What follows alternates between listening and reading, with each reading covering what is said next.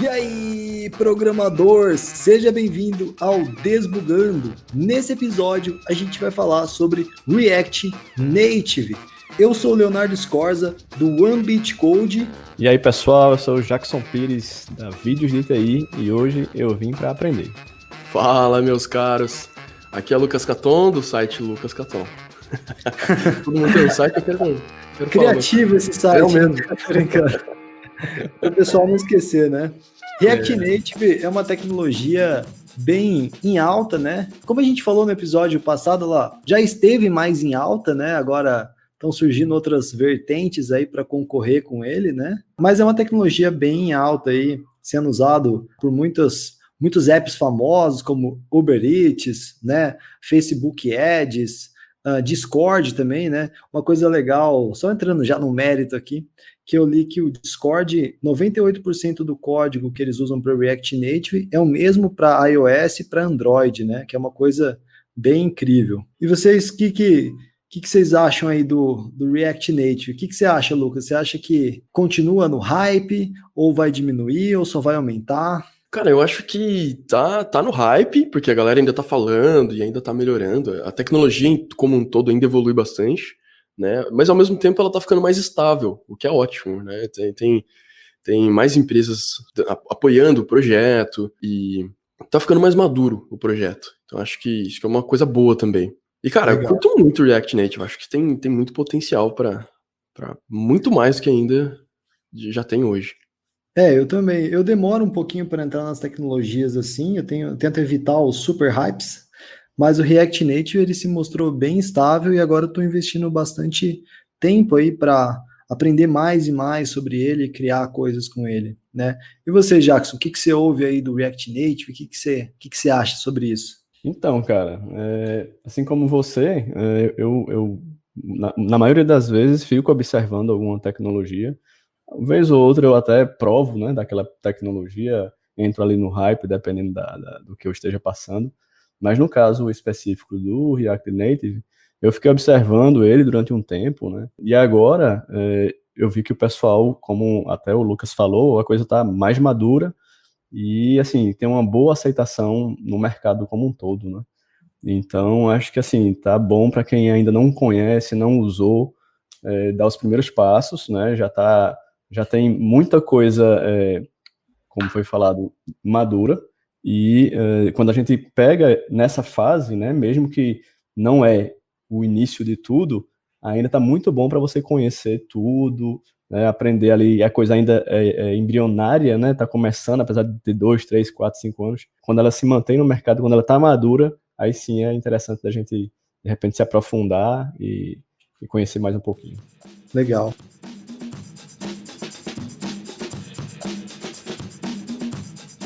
Então, para quem está ouvindo e não sabe o que é o React Native, né? O React Native é um projeto criado pelo Facebook, assim como o React, que serve para gerar apps nativos, né, para o mobile, tanto para o Android quanto para o iOS. E ele tem sido, né, vastamente aí utilizado e tem tornado bem mais fácil a vida de quem quer gerar bons aplicativos mobile. Sempre tem, né, aquela discussão, tanto quando a gente falava do Ionic, já tinha essa discussão, agora também que a gente tem o Flutter fazendo comparação com o React Native, né? A gente tem essa discussão sobre performance e tudo mais, né? O que você acha disso, Lucas? Você acha que a performance do React Native ela serve aí para quase tudo? Como é que tá isso? Cara, eu acho que sim. Eu acho que pelo fato de ele gerar um app nativo, a performance é equiparada, né, com apps criados, desenvolvidos com a plataforma nativa, né, Swift, Kotlin. E, no geral, acho que 95, 98% dos apps não vão ter problemas de performance. O que eu vejo da comunidade é que todo problema de performance geralmente vem de alguma coisa que os desenvolvedores fizeram errado, né? Então, a plataforma em si roda bem legal, mas também existe uma certa facilidade de você perder uma vírgula ali e de alguma forma acabar perdendo performance. Mas, cara, eu já vi muitos apps com animações mais complexas, com telas bem com vários elementos, bem complexos mesmo, com uma performance muito legal. Então acho que performance definitivamente não deveria ser uma preocupação. Sim. Também, né, como eu tinha dito, se a gente for pensar nos apps famosos aí, né, que usam, por exemplo, Uber Eats, né, um app bem bonito. O Discord também é um app bem bonito aí, que tem bastante movimentação e é com React Native. Vários produtos aí do Facebook, Facebook Ads, Instagram, né, e coisas assim. Então, realmente, você vê que o negócio funciona e funciona bem, né? E você, Jackson, Uhum. o que você tem achado de tudo isso aí? O que você acha que deixa mais dúvida nesse quesito do React Native? Cara, pelo que eu entendi, né, dos poucos estudos que eu fiz aqui, é bem o que vocês já falaram aí, né? A questão da performance é uma coisa que todo mundo comenta que não deixa a desejar em nenhum aspecto, né? É claro que vai ter algum app aí que necessite de algo muito exclusivo e tenha problemas, mas de forma geral a gente não vê ninguém comentando. Mas assim, uma coisa que eu vi algumas pessoas comentando, reclamando, né, é que a quantidade de componentes que você pode utilizar dentro do React é pequena. Isso procede ou isso foi antes e hoje já mudou? Ou você pode criar componente de qualquer tipo? Porque até onde eu sei você tem que usar componentes que vão existir ali de forma nativa, né? Alguém sabe explicar isso com mais detalhes? Eu acho que não é exatamente isso, porque você pode ter, assim, componentes totalmente personalizados, né? Você pode criar, inclusive a gente usa uma coisa muito parecida com o CSS para estilizar os componentes, então não tem como ele ter todos os componentes nativos pré-renderizados, né? Na verdade é tudo feito dinamicamente ali em tempo de execução. Então acho que, eu não sei responder esse lance de quanto a performance seria afetada se você tiver muitos componentes. Acredito que não seja um problema, mas eu acho que não é exatamente assim que ele trabalha, esse lance dos Mas componentes. nesse caso, componentes diferentes do que existe no nativo, no caso no iOS ou no Android, você pode criar, reescrever. Não obrigatoriamente você só usa aqueles. É que a ideia, eu acho, né, principal aí, é você dar uma cara nativa para os aplicativos, né? Então, por exemplo, quando você está usando o seu Android, você quer que o app que você está usando tenha cara de Android, né? Que é uma oposição ao que acontecia lá no Ionic, que você tinha uma web view, e aí você via como se fosse um site, né? Então você tinha N caras ali para um site, você poderia usar qualquer coisa. Já agora, no React Native, é gerado, então, aplicativos com a cara do dispositivo que você está, né? Então você converte ali, por exemplo, um componente do React Native para um componente do próprio mobile. Até que é uma coisa interessante isso, né? Porque quando a gente está falando de React para web, os componentes que a gente usa vai ser div, span, coisas que funcionam na web. E aí você vai para o React Native e não são esses components que você vai encontrar lá. Você vai encontrar text, coisas que mapeiam, então, para o próprio mobile, né? É isso aí, Lucas? É exatamente isso daí. Inclusive, fazendo um adendo nisso aí que você falou, dá pra gente criar componentes específicos para cada plataforma se a gente quiser. Então imagina que a gente tem uma tela principal, e essa tela é compartilhada tanto para o iOS quanto para o Android, mas aí a gente quer que um botão apareça de tal maneira no iOS, de outra maneira no Android. Vamos supor que esse botão seja um componente, e aí no nome do arquivo desse componente, vamos supor que chame botão. A gente poderia chamar botão.ios.js, né, JavaScript, ou TypeScript, e o outro seria botão.android.js. Dessa forma, o React Native automaticamente já sabe qual que ele tem que usar, né, ele já infere ali pelo nome do arquivo e já renderiza o componente correto para cada plataforma. E eu acho isso muito legal, porque você pode deixar ele com uma cara, né, com uma experiência mais parecida ou com iOS ou com Android, dependendo da parte do sistema. Mas isso é opcional, você pode ter só um arquivo botão.js, ele vai renderizar para os dois também da mesma forma, mesma aparência. Legal, legal. Uma outra coisa, né, que a gente não pode deixar de falar, porque a gente gosta de polêmica, é que existe hoje em dia uma nova via alternativa aí para desenvolver apps mobile, que é o Flutter. Eu confesso que eu não estou tão aprofundado no Flutter, preciso dar uma olhada melhor, né? Mas é uma via alternativa aí que não dá para negar que existe, né? Eu lembro que antes existia o Ionic, ele era bem forte, ele usava Angular, né?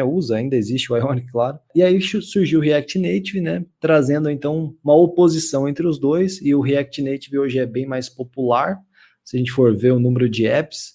E agora tem surgido essa nova vertente aí, meio fugindo do caminho do JavaScript, né? Que usa Dart e tudo mais. Como que você vê, Lucas, a diferença entre esses três caras, né? Se eu olhasse o Ionic, o React Native e o Flutter, o que você acha que é diferente nesses caras? Legal. Antes de responder, eu vou até adicionar mais um, que tem mais uma ferramenta aí bastante, que está ficando bastante popular e que concorre diretamente com esses daí, que é o Native Script. Para quem não conhece, o Native Script é uma alternativa ao React Native para criar aplicações nativas também, só que usando o Angular, usando o Vue.js, usando até JavaScript puro, se você quiser. Então, é uma ferramenta que tem crescido bastante, principalmente para quem não gosta de React, né? É contra o React. Não vejo porquê, mas enfim, tem gente que é. E, bom, respondendo sua pergunta polêmica agora, cara, eu acho o Flutter legal, eu acho que tem bastante potencial, mas não é algo que eu vou investir agora. E eu posso até te responder de uma forma diferente. Quando eu comecei a brincar com React lá para 2015, 2016, eu olhei aquilo e eu tive aquela sensação de quando eu estava aprendendo a programar e você tem aqueles momentos de explodir a cabeça, assim, tipo, caraca, olha que massa isso aqui. Sabe, a primeira vez que você faz um Ajax na vida, você fala, cara, que doido isso, sabe? Você fica mega empolgado. Eu lembro até hoje, cara, a primeira coisa que eu fiz com o Ajax foi um chat. Fiquei doido. Então, esses momentos assim putz, cara, momentos que você fica empolgadaço, né? E eu tive isso com React. Eu falei, meu, que ideia genial, cara. É muito louco, assim. Quantas coisas você tem que pensar diferente, mas ao mesmo tempo sem descartar o seu conhecimento. E, enfim, isso aconteceu com o React e também com o React Native. E quando eu fui dar uma olhada no Flutter, isso não aconteceu. Eu acho que a linguagem tem muita coisa interessante, mas eu acho que não foi suficiente para me fisgar. Mas aí eu acho que é uma coisa pessoal mesmo. Pode ser que daqui a um ano eu mude minha opinião e tá tudo bem. Mas, Catão, você que já testou o Flutter, o pessoal comenta que ele é menos verboso. Isso procede? Ó, só pra fazer um disclaimer, eu não testei pessoalmente, tá? Eu só li a documentação, assisti alguns vídeos. Eu não sei se dá pra chamar ele menos verboso. Eu acho que sim, ele é um pouco menos, talvez. Ele tem umas coisas muito doidas lá, do tipo omitir várias palavras quando você tá escrevendo e tal. Eu acho que pode até ser que seja menos verboso, sim. Mas eu nunca comparei lado a lado código com código. A minha experiência com o Flutter foi a seguinte: eu fui criar um tutorial, né, com o Flutter, quis testar ele, quis criar um tutorial, e a impressão que eu tive é que eu tinha meio que eu estava fazendo um tutorial usando o nativo Java, né, para Android, o velho tem que usar também, né, o Android Studio e tudo mais. Então eu senti aquela coisa de usar Java para criar aplicativo mobile e tal, senti uma coisa meio antiga, meio. Mas pode ser só um primeiro contato ruim, né? Talvez eu possa dar uma olhada depois, mas eu também não me empolguei tanto com o meu primeiro contato. Só para complementar isso aí que você falou, mesmo com o React Native, a gente precisa do Android Studio, a menos que você use uma ferramenta tipo Expo ou alguma similar. Mas a gente precisa do SDK, do Android, até para rodar os emuladores e tal. Mas o Expo é vida, né? É uma parte bem chata de fazer. Configurar todo o ambiente. Quer falar para o pessoal do Expo aí? Você costumava usar o Expo lá nessa experiência que você teve ou direto o React Native? Não. Nesse projeto que eu estava trabalhando, a gente não usava o Expo. Eu usei para alguns projetos assim de brincadeira só que eu fiz para testar. O Expo é muito legal, né? Para quem não quer ter dor de cabeça instalando, configurando todo o ambiente, ele corta um caminho gigantesco. Tem vantagens e desvantagens, inclusive você consegue criar um projeto com Expo, depois tirar ele se você quiser, depois colocar de novo. Não é uma coisa que fica travada ali no seu código, né? Ele é modular. Na prática não deve ser tão fácil tirar de um projeto grande, mas existe a possibilidade. E ele basicamente faz isso, ele já tem um app próprio para iOS, iOS e Android, e aí você desenvolve o seu app e manda como se fosse para um repositório deles, né? Um repositório seu na conta do Expo, e aí você consegue fazer o download, digamos assim, né? Você baixa o seu app dentro do app deles, e aí já está rodando no seu dispositivo real. É uma forma de cortar caminho se você não quiser configurar tudo manualmente. Sem dúvida. Eu tendo a preferir fazer as coisas sem Expo, principalmente porque eu ainda gosto de. Acho que ainda não estou confortável o suficiente para dizer que eu entendo tudo, muito pelo contrário, tem muito ainda que aprender. Então, eu prefiro sem o Expo, porque eu quero ver sem a magia dele, sabe? Como é que as coisas funcionam por baixo dos panos e entender melhor tudo isso daí. Saquei. Então, o Expo é bem legal. Para quem não conhece, ele é um conjunto de ferramentas aí que ajuda a desenvolver projetos React Native, né? Como o Lucas falou, você pode pré-visualizar o app que você está fazendo no seu próprio mobile de uma forma fácil, mas também ele deixa você gerar as versões para subir para Google Play e também para a loja da Apple, tá? Então você não precisa rodar sempre no app dele. Você pode gerar as versões finais. Eu recomendo que quem for começar, comece com o Expo, porque é realmente muito, muito fácil. A gente até fez um tutorial na escola de JavaScript, que agora se fundiu com a Bitcode, que ensinava como, usando o React Native, mas usando através do Expo, né, criar um app que conseguia ler, né, coisas. Por exemplo, você apontava o celular para uma frase, ele conseguia dizer o que estava escrito ali, né, fazer um reconhecimento. Isso foi muito fácil usando o Expo, é muito rápido gerar apps com ele, é impressionante. É bem bacana, né? Eu quero trazer mais coisas assim de React Native, e eu acho que vocês também vão acabar trazendo bastante, né, no site do lucascaton.com e o vídeo de TI do Jackson. Talvez o Jackson também queira trazer isso mais para frente, né, Jackson? E esse ano agora eu tô somente com a mídia de TI, né? E aí a tendência aí é a gente agregar essas tecnologias que estão rondando aí o mercado de uma forma geral, né? Não é aquela que está no hype, mas de preferência aquela que já esteja mais consolidada, né? Assim como você, eu gosto mais de atacar nesse sentido. Legal. E que também quem tiver interesse em React Native, a documentação é muito boa. Só acessar lá, procurar no Google React Native, você vai achar a documentação.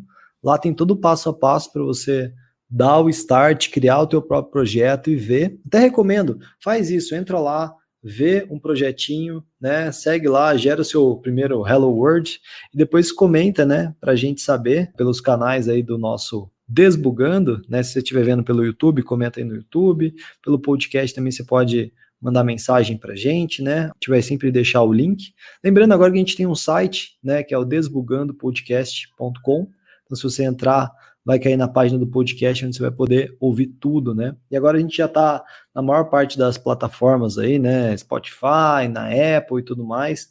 Então já dá para você que está ouvindo se inscrever por lá.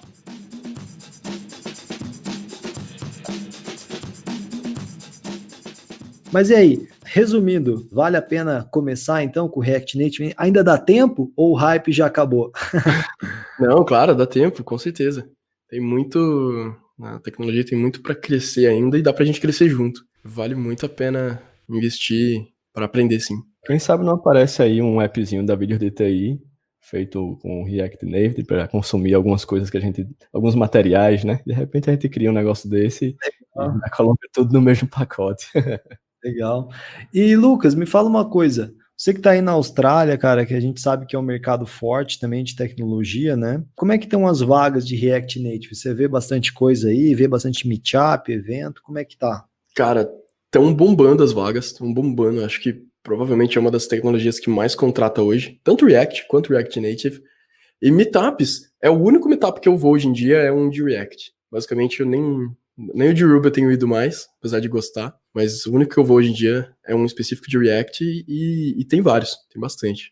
Legal, cara. Mas não abandona o Ruby não, cara. Tô brincando. Jamais, cara, jamais. Legal. Então, tá, realmente, eu tenho acompanhado bastante vagas, né? No Angel.co, por exemplo, você vê vagas em startups do mundo todo, tem muita vaga de React Native. Eu recomendo para o pessoal sempre estar olhando lá, né, para quem quer trabalhar fora do país e tudo mais, ou remoto, né? E também aqui dentro também tem bastante coisa. Mas claro, a React Native, assim como toda a tecnologia, é só mais um caminho de fazer a mesma coisa, né? A gente está vendo novas opções surgirem por aí. Ao mesmo tempo também, agora só fugindo totalmente, eu vi também que o React Native em si está evoluindo, né? O Lucas falou de uma possivelmente vão remover a bridge, né? Que faz a comunicação entre a JavaScript. Não é possivelmente, eles vão de fato tirar. Legal. Eles anunciaram já que estão trabalhando nisso. Então, que é um dos gargalos aí que a gente poderia dizer do React Native. Eu até vi iniciativas, eu não sei se vocês já viram isso, para gerar aplicativos desktop com React Native, né? Pegar a mesma base de código ali e transformar em aplicativos desktop. Porque basicamente o que React Native faz é mapear componentes para a plataforma, né? Então, pensando nessa linha, dá para remapear isso para outras plataformas, né? Então, eu vi brevemente repositórios para fazer gerar também desktop e até mesmo web. Não sei como é que vai ficar isso. Vocês já tinham visto isso? Então, a Microsoft tem um repositório, uma ferramenta que gera isso para o Windows. Eu acho que chama React Native Windows. Ah, sim, Tô isso até no mesmo. GitHub aqui agora e tem 11 mil estrelas quase. E olha só, aparentemente dá até para você gerar aplicações para Xbox. Bem interessante, eu não sabia Caraca. disso. Tô olhando aqui agora. Então é isso, é uma adaptação do React, né? Ele usa o React Native como dependência, mas no final das contas ele gera um app nativo para Windows. E aquela história, né, do React, né, aquela filosofia, né, do JavaScript do React, que é codar, né, uma vez e usar em vários lugares, né? Isso Exato. lembrou já. É, totalmente inspirado no Java. Não é à toa que chama JavaScript, né? Tô brincando. Putz. Não, tô brincando. Do Java é escreva uma vez, rode em qualquer lugar. O do Exatamente. React é aprenda uma vez e desenvolva em qualquer lugar. É quase Aí, igual, mas eu acho que é mais preciso. Acho que é mais correto. Mesmo porque, como a gente estava conversando antes, se você escreveu, você não vai conseguir gerar, né, um código web, HTML, CSS, JavaScript, pelo menos com o React Native oficial, né? Porque o que ele gera são, então, esses componentes nativos aí do Android e do iOS. Mas, claro, tem essas iniciativas menores aí, que a gente estava conversando até essa da Microsoft, que o Lucas citou, que vem para permitir, né, com um único código, gerar aplicativo para o mobile e para o Windows e quem sabe para a web em si, né? Com certeza. Lucas, uma última questão só para a gente enriquecer aqui, até depois se tiverem outras também é legal. Questão de testes, onde você estava usando esse projeto, o pessoal estava usando testes também no React Native ou não? Sim, cara, sim. Tinha testes feitos com Jest e com uma outra ferramenta que eu esqueci o nome. Enzyme. Peraí, deixa eu ver aqui. O Jest, né, enquanto você vê aí, ele é uma ferramenta desenvolvida pelo próprio Facebook também, né, se eu não me engano. O Facebook tem desenvolvido bastante coisa, né, tem enriquecido bastante a comunidade aí, trazendo React, React Native, enquanto o Google também tem trazido bastante coisa, como Angular, Flutter e tudo mais, né. Então, o nome da ferramenta é Enzyme, eu não sei se é essa a pronúncia, e eu não sei nem dizer se é a melhor ferramenta no momento, eu tô meio por fora desse assunto, mas Jest com certeza é uma das ferramentas mais populares, das mais interessantes, e o Jest permite que você, enfim, gere uns snapshots dos seus componentes e tal. Eu sei que tem muita gente que não gosta, mas enfim, tá sendo utilizado nesse projeto e parece ser bem interessante também. Mas acredito que tenham ferramentas ainda melhores hoje em dia para usar. Essa aqui já parece que tá meio... já não é mais o hype, já passou a modinha dela. Já passou a semana dela. Lembrando que eu posso estar falando besteira, não tô muito por dentro desse assunto. Lembrando que a gente está dando a nossa opinião, né, a nossa visão geral sobre o React Native, mas nenhum de nós três somos extremamente especialistas no React Native, né? A gente só quis trazer esse tema que muita gente pergunta, muita gente tem curiosidade, né? A gente quis trazer um pouco aí sobre a nossa visão sobre isso, né? Então, uma outra perguntinha aqui que eu tava curioso é que eu vi que o pessoal fala bastante do hot reloading, né? Do React Native. Você já vai fazendo a aplicação ali, vendo em tempo real o que está acontecendo no emulador. Eu achei isso bem bacana também. É algo complicado ou é algo que já, tipo assim, é a primeira coisa que todo mundo faz e é tranquilo? Então, é super simples, na verdade. E a primeira versão disso aí que surgiu chamava Live Reloading. Eu acho que ela foi a primeira, depois que surgiu o Hot Reloading.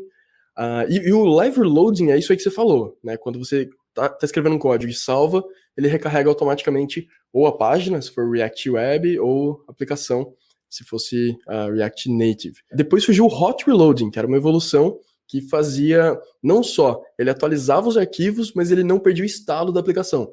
Então, no React, a gente tem os conceitos lá de state e props, né? Se você tivesse o seu state, por exemplo, né, um campo nome, sei lá, alguma coisa do tipo, você tivesse digitado o seu nome, esse nome ficou salvo num state, num estado. Quando você atualizasse o seu arquivo, quando você salvasse, sei lá, uma cor diferente, ele mantinha o estado e renderizava o componente de novo. Isso é muito legal. Só que não funcionava no React Native.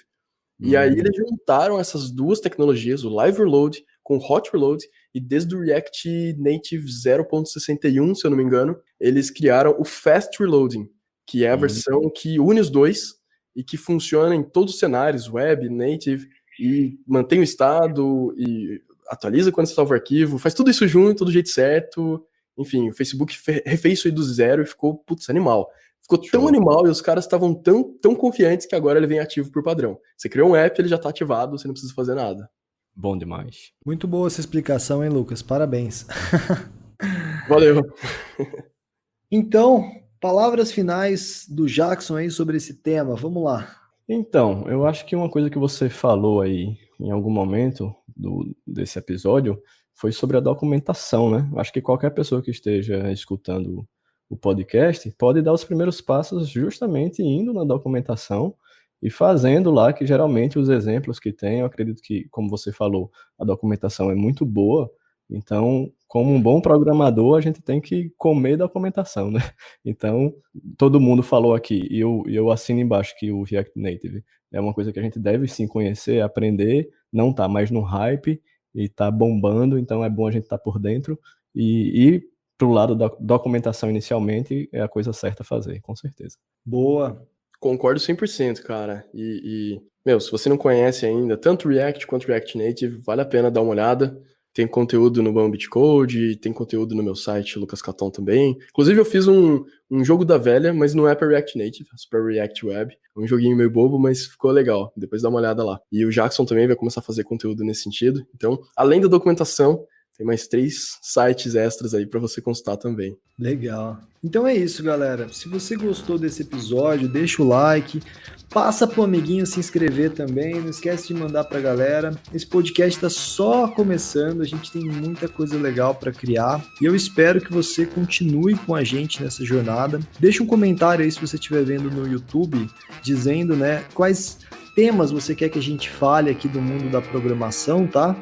Deixa aí, fala, eu queria saber sobre tal coisa, ou eu queria uma explicação melhor sobre esse tema do Ruby, ou esse tema do JavaScript, ou eu queria ver uma comparação entre linguagens, comparação entre frameworks. Comenta aí, a gente vai ver se é possível trazer, claro, né? Então deixa seu comentário, deixa seu like, chama seus amigos. É isso aí, a gente tá esperando sugestões, quanto mais polêmico, melhor. Isso é verdade, tem que ser polêmico, faz um comentário polêmico. É isso aí, o podcast tá só começando, a gente vai tentar melhorar cada vez mais, mas a gente precisa do feedback de vocês, a gente precisa que vocês compartilhem aí para ajudar o podcast a crescer. Valeu! E não esquece que você pode acessar, se ficar com qualquer dúvida onde encontrar o podcast, acessa lá o desbugandopodcast.com, e aí você acha a gente rapidinho, tá certo? Valeu! Valeu, programador, bons códigos para você e a gente se vê no episódio 3.